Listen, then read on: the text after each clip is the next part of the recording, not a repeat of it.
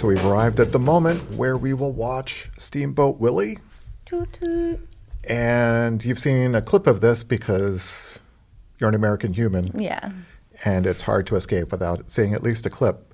What do you remember from the clip?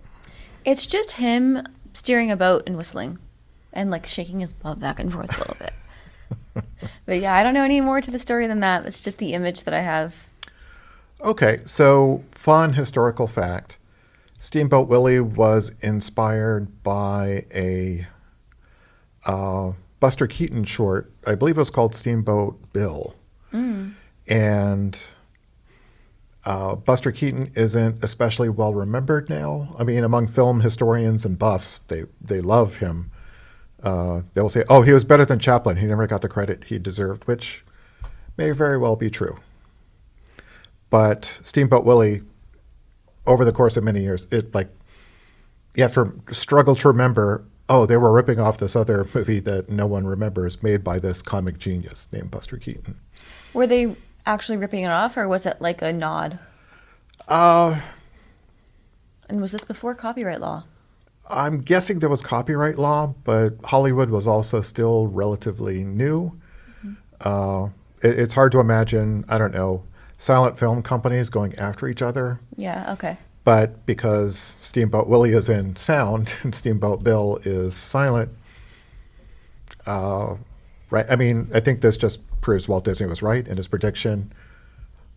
Silent movies will be considered like so wildly old-fashioned, and Mickey Mouse cartoons that are in black and white seem less old-fashioned because they have sound. Okay. To say they were ripping it off, I suppose the expression we should use is they were inspired, kind of like the first cartoon, Plain Crazy, was inspired by Charles Lindbergh and his exploits as an aviator. Probably there's some source for Gallopin Gaucho, what they were basing the cartoon off of. But they come up with a very basic premise, maybe not even a whole story. And, it's a delivery mechanism for gags and letting Mickey Mouse express himself.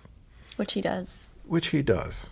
So we're going to watch the third Mickey Mouse cartoon that was drawn and the one that represented his debut to the world.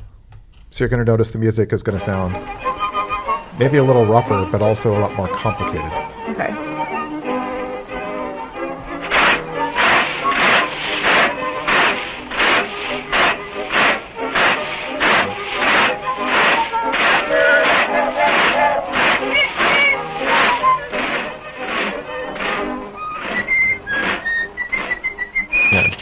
And this is the current intro for Walt Disney animated films.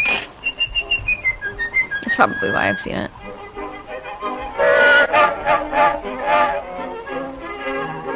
I was just going to say, even those look like they have personality, and then they did.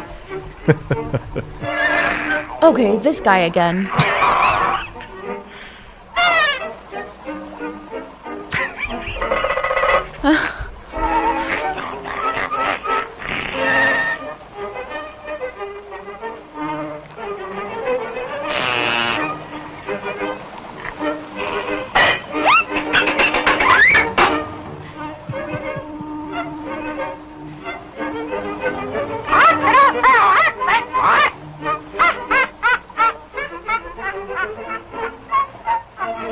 Oh.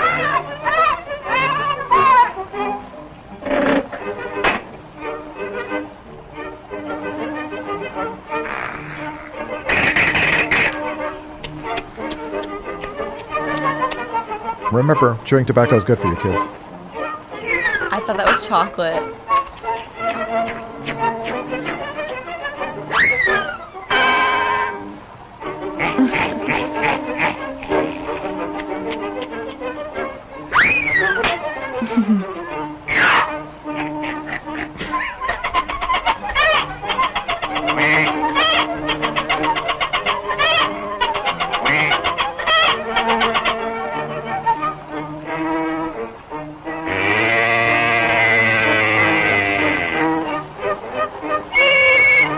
The early Disney cartoons seem unduly fascinated with cow udders.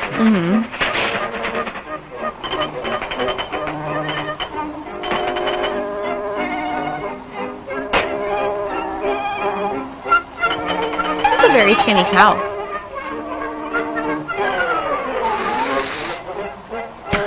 Didn't he learn the first time?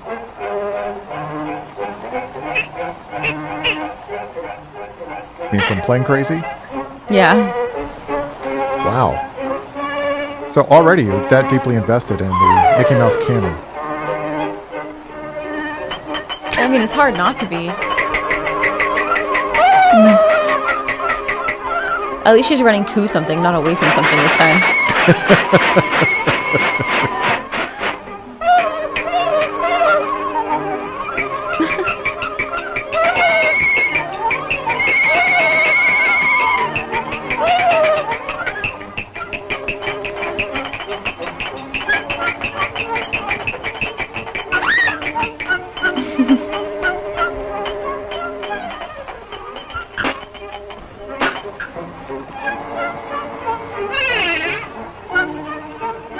Don't you do it.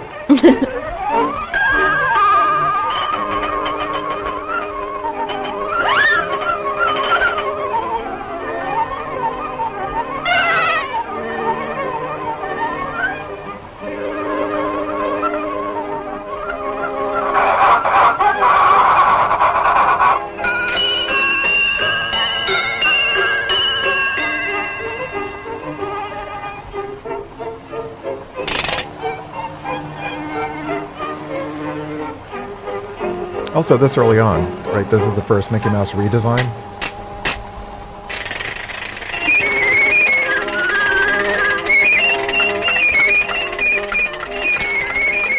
I like this.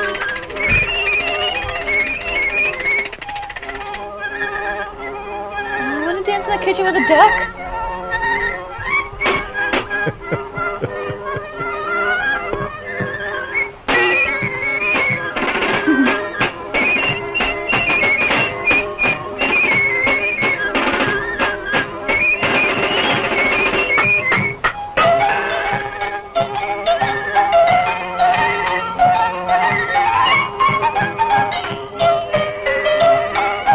Yeah, you can do so much more when the sound is intentional.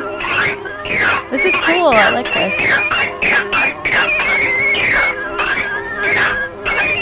Uh-oh.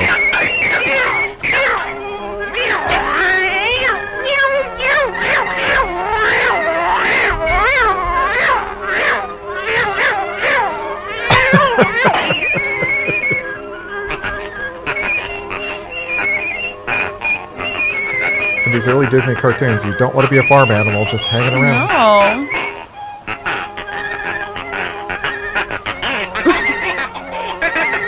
Just imagine if you're a musician and or a voice actor and it's your job to... That's funny.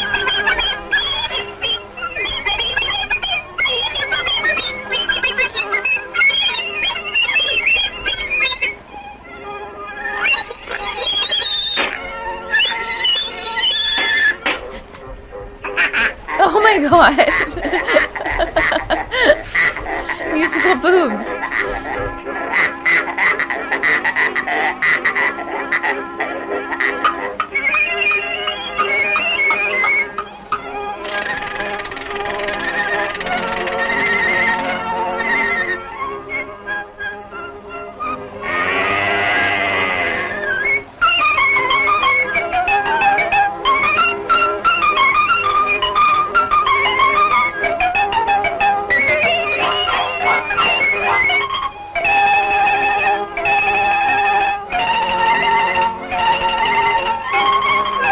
They actually assigned a note to each tooth.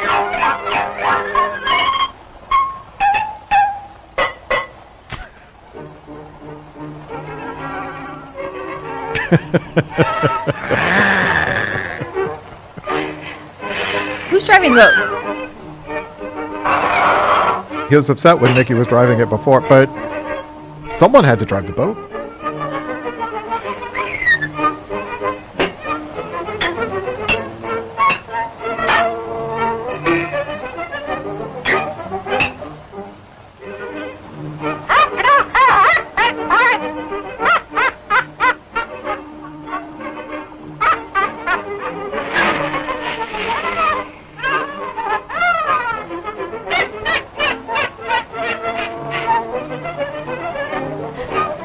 was good. I like that one.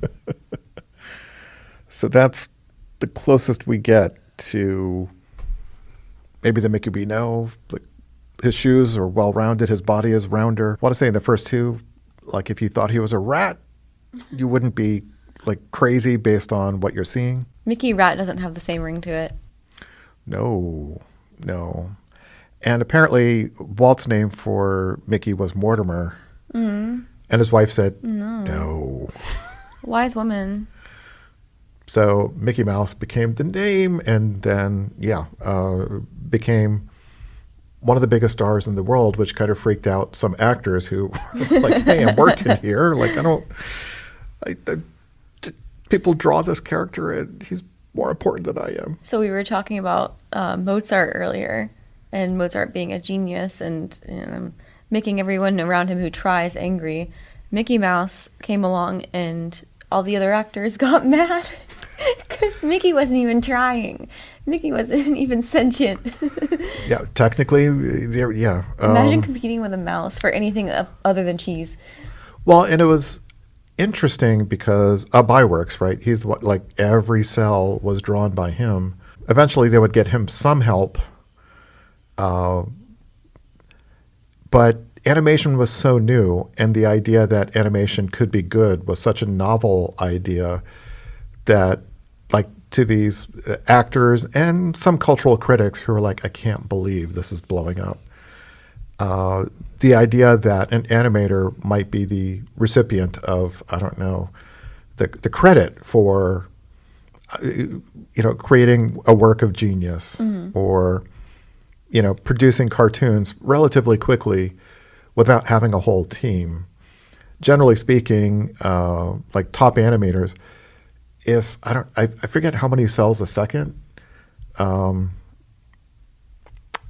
is normally, what is drawn.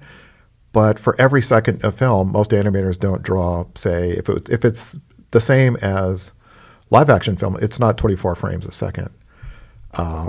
They'll draw maybe 3 or 4, and then they have in-betweeners who, if you looked at the actual cells back when they were hand-drawn, not all of them look pretty. Some of them people are in odd angles, and they're shifting around, and those would have been done by the in-betweeners. The animators with less experience who needed to pay their dues and put in their time. And Byworks is like, nope, no in-betweeners. Just slap it down, slap it down, slap it down. And partly his rubber hose techniques for the character design helped a bit. But other animators are just kind of wowed by the work he would do. And that's like decades after the birth of Mickey that they're sort of looking at that. So, at the time, people didn't know what to make of it, except for the American public, who mostly just loved it and went crazy for it, and would say, "Oh, Mickey Mouse, yeah, let's go in there." What else is showing? Back when movies were like 5 cents to get in or something. Yeah, and it was an all day or a several hour thing. Mm-hmm. There would be the A feature, and then there would be the B movie, and it might have newsreels and serials and cartoons. And Mickey Mouse cartoons blew up pretty quickly. Mm-hmm. Yeah, I can see why. Yeah, they're entertaining. They're entertaining for me, and I've been so inundated with media for my entire life that, like, it's hard to make anything feel new or feel interesting. And that was fun. And just imagine you didn't have a phone where you could dial up the history of animation at your fingertips, and then just everything is delightful and surprising. This cartoon pops up, and you're like, when can we watch this again? It's like, well, they'll play it again in 4 hours, and it's like, I'll wait. And you're like, there had to have been fights, right, in the theater? Where, like, oh, for sure. Come on, we're leaving. No, I have to wait for the Mickey Mouse cartoon. We're not waiting 4 hours. I'm waiting 4 hours. You're coming with us.